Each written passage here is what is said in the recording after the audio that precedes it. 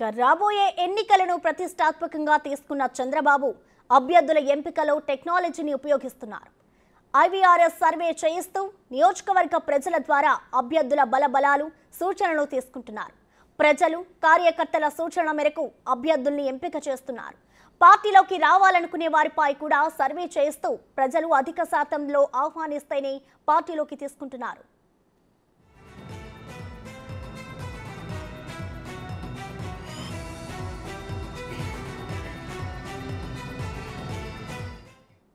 అభ్యర్థిని ప్రకటించిన తర్వాత వారం వారం సర్వే చేస్తానని ఇప్పటికే ప్రకటించిన చంద్రబాబు సర్వేలో రిజల్ట్ తేడా వస్తే అభ్యర్థిని మారుస్తారని తెలిపారు.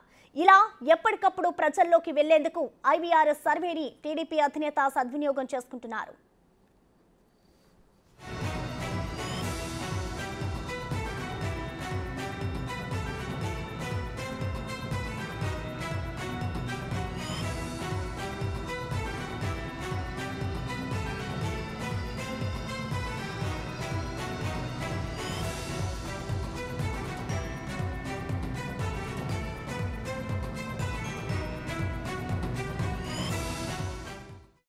నియోజకవర్గంలో తెలుగుదేశం పార్టీ అభ్యర్థిగా మీరు ఎవరిని కోరుకుంటున్నారు?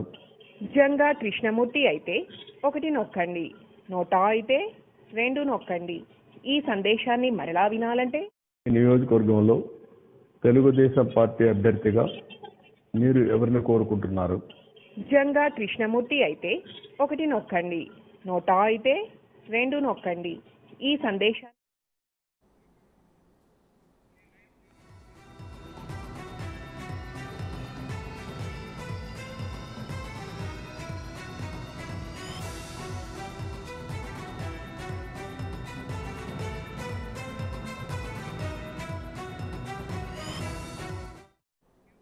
ఇక దీనిపై మరిన్ని వివరాలు మా ప్రతినిధి మల్లికార్జున్ లైవ్ ద్వారా అందిస్తారు. మల్లికార్జున్, చెప్పండి, ఎన్నడూ లేని విధంగా ఈసారి చంద్రబాబు అయితే అభ్యర్థుల ఎంపికపై ఎక్కువ శ్రద్ధ పెట్టడానికి గల కారణాలు ఏంటి? అంటే ఆ ప్రజల అభిప్రాయాన్ని తీసుకునే సీట్లు కేటాయింపు చేస్తున్నారనుకోవచ్చా? ఎందుకంటే చంద్రబాబు నాయుడు కూడా ఈసారి 2024 ఎన్నికలను కూడా ప్రతిష్టాత్మకంగా తీసుకున్నారు. ఈ వైసీపీ విముక్త వైసీపీ కూడా ఇటు జనసేన అటు టీడీపీ కూడా పనిచేసేందుకు పొత్తులో భాగంగా కూడా పెట్టుకోవడం జరిగింది. ఈ నేపథ్యంలోనే వారికి 24 సీట్లు అలాగే 3 పార్లమెంట్ను కూడా కేటాయించడం జరిగింది. మిగతా ఏవైతే ఉన్నాయో దాదాపుగా 151 సీట్లు అసెంబ్లీ సీట్లు ఉన్నాయి.